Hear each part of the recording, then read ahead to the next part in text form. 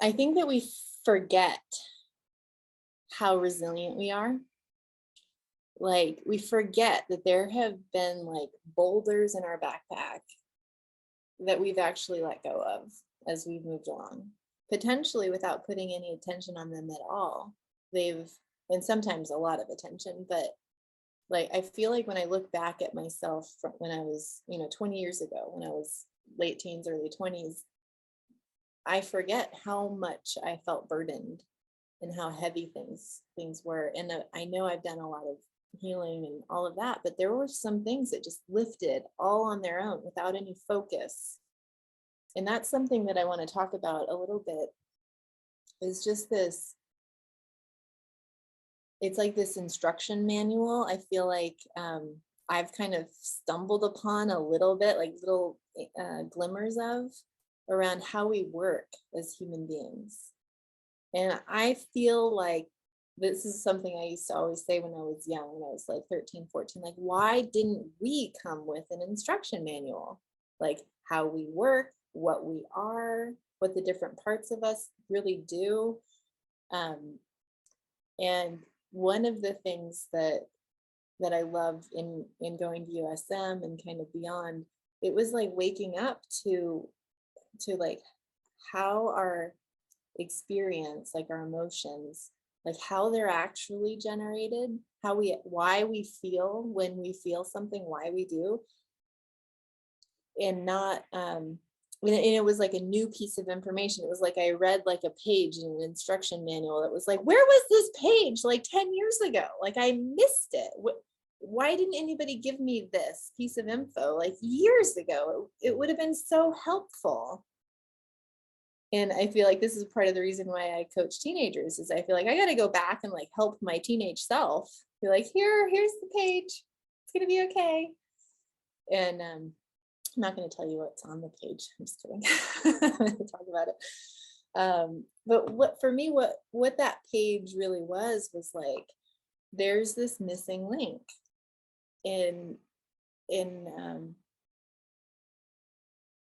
like that this the way that we work as humans, it's not it's not what we think it is, and not knowing it, not understanding it, creates a lot of additional stress and suffering. And of course I don't know anything, I know like this much of the truth of it all, but just to have a little glimmer, it feels like what I've come to like wake up to are things like this, like just like our bodies, when they get cut, we start to heal.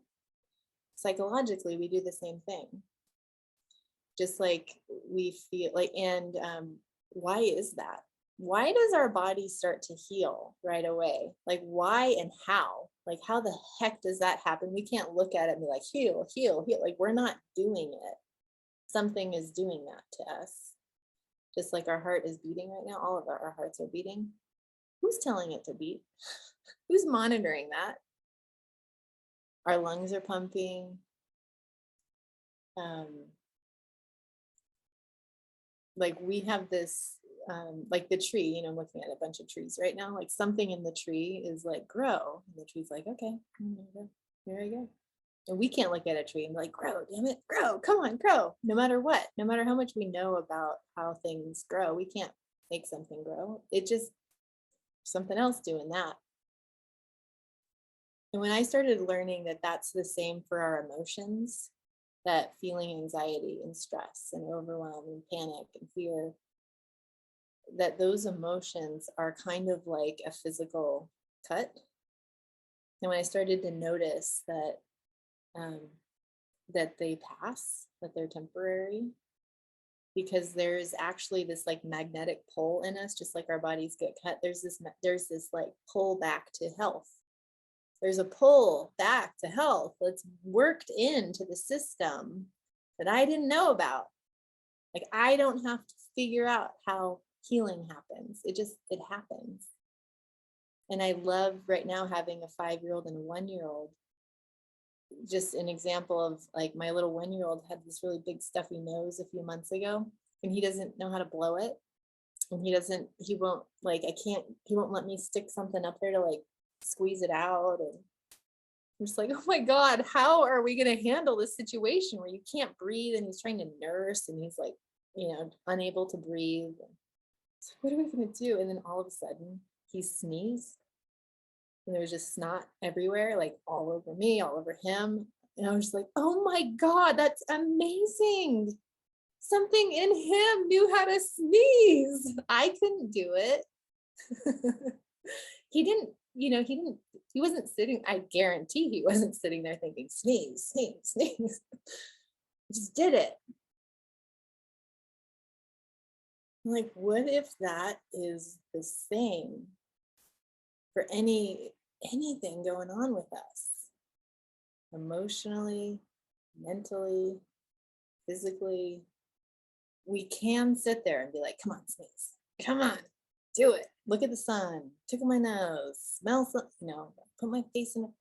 We can try and put some energy toward it, but we could also just relax and know like, okay, I am literally being helped right now by something that's beating my heart and pumping my lungs and my blood, and it's coming for this thing too, like whatever this thing is. But just like we get cut, I love that example because I mean my kids get cut all the time, little like bruises and scrapes, and my 5-year-old used to be like, what are we going to do about it? And I'm always like, your body's going to handle it. We don't have to do anything except not make it worse. And he's just, all he does is ask why and why, how could we make, why would we, what, a million questions all the time.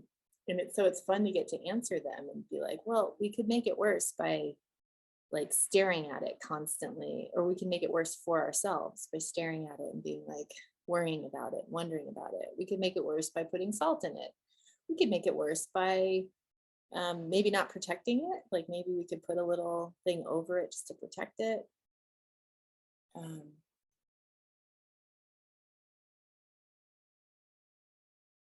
But there's something I love getting to emphasize with him, that there's a much bigger intelligence helping him all the time, that he doesn't need to worry, like he doesn't need to know how it's happening, just like he doesn't need to know how his hair grows, which is something he asks me about a lot. I don't want you to cut my hair, what if it doesn't grow back? Like, promise you, it's worked into the system, your hair will grow back. It will keep growing.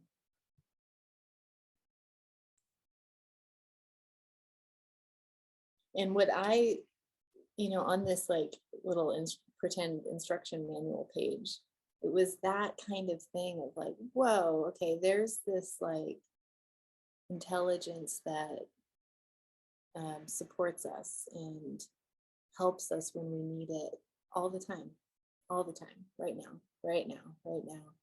There's this natural pull toward health, not just with our physical body, but when we're feeling anxiety,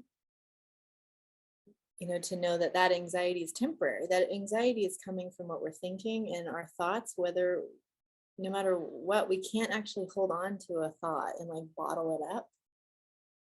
It's temporary. They are temporary. They float through and they're temporary. And just to know that, like, whoa, I'm feeling my thinking. And if I'm feeling really, really off and really crappy and really afraid, it's because I have a thought going on that's just freaking me out.